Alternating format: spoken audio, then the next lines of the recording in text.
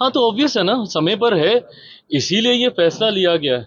भाई चुनाव आयोग कोई आज तो गठित नहीं हुआ है ना, ये निरंतरता में कार्य करने वाला वो है। इनको पता है कि किसके लिए कितने समय की जरूरत है, उसी के आधार पर, टाइम बाउंड पीरियड के आधार पर ये सारी चीजें की जाती हैं।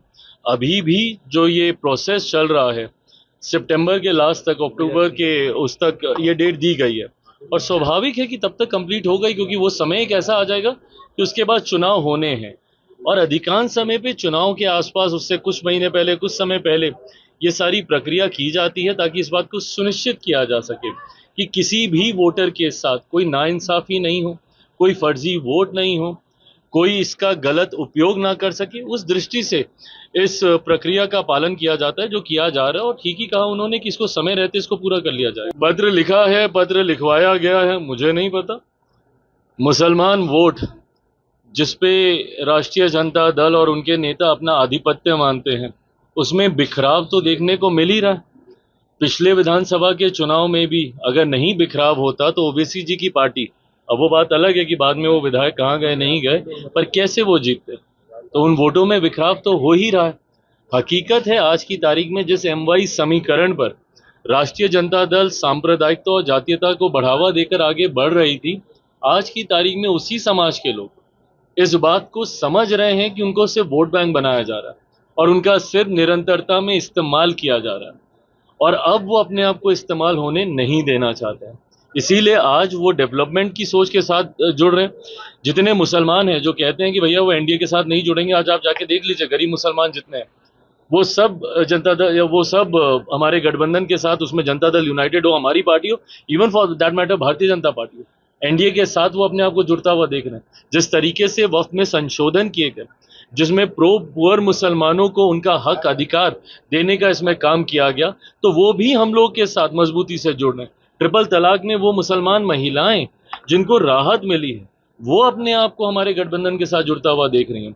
तो मुसलमान वोटों में हो रहे इस बिखराव को रोकने की दृष्टि और सोच के साथ अब उनको आमंत्रित किया गया है, वो आमंत्रित होना चाह रहे हैं, जो भी है, पर इसके पीछे की सोच यही है। बिल्कुल, ये कुछ ये बातें चल रही हैं। देखिए, मेरे लिए आदरणीय मांझी जी बहुत सम्मानित हैं, बहुत आदरणीय, मेरे लिए मेरा पिता तुल्य है।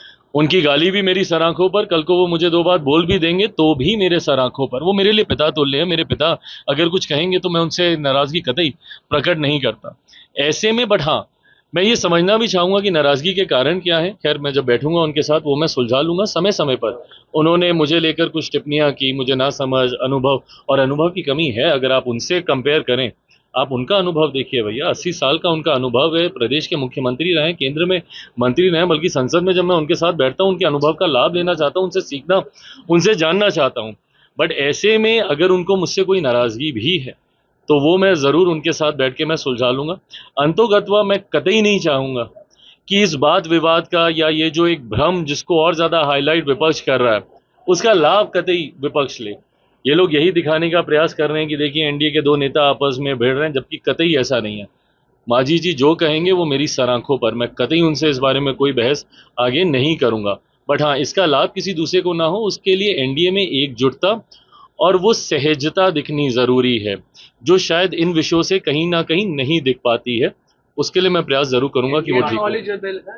Absolutely all is well. आप देख रहे हैं किस तरीके से हैंड एंड ग्लव्स की तरह हम लोग कार्य कर रहे हैं। मेरे प्रधानमंत्री 7-7 बार प्रदेश आ चुके हैं। अभी पुनः उनके आने का आने वाले, हमको लगता है जैसे ही वो विदेश यात्रा से वापस आएंगे तो उसी हफ्ते संभवतः उनका पुनः बिहार का उनका कार्यक्रम लगेगा। तो जिस तरीके से मेरे प्रधानमंत्री की प्राथमिकता में मेरा प्रदेश है, और जिस तरीके से डबल इंजन की सरकार खूबसूरती से कार्य कर रही है, और ये एक अपने में एक विनिंग कॉम्बिनेशन है। उपचुनाव में हम लोगों ने साबित करके दिखाया, बेलागंज जैसी सीट जो 3.5 दशक से हम लोग नहीं जीते थे, वो जीत रहे हैं, तरारी जीत रहे हैं।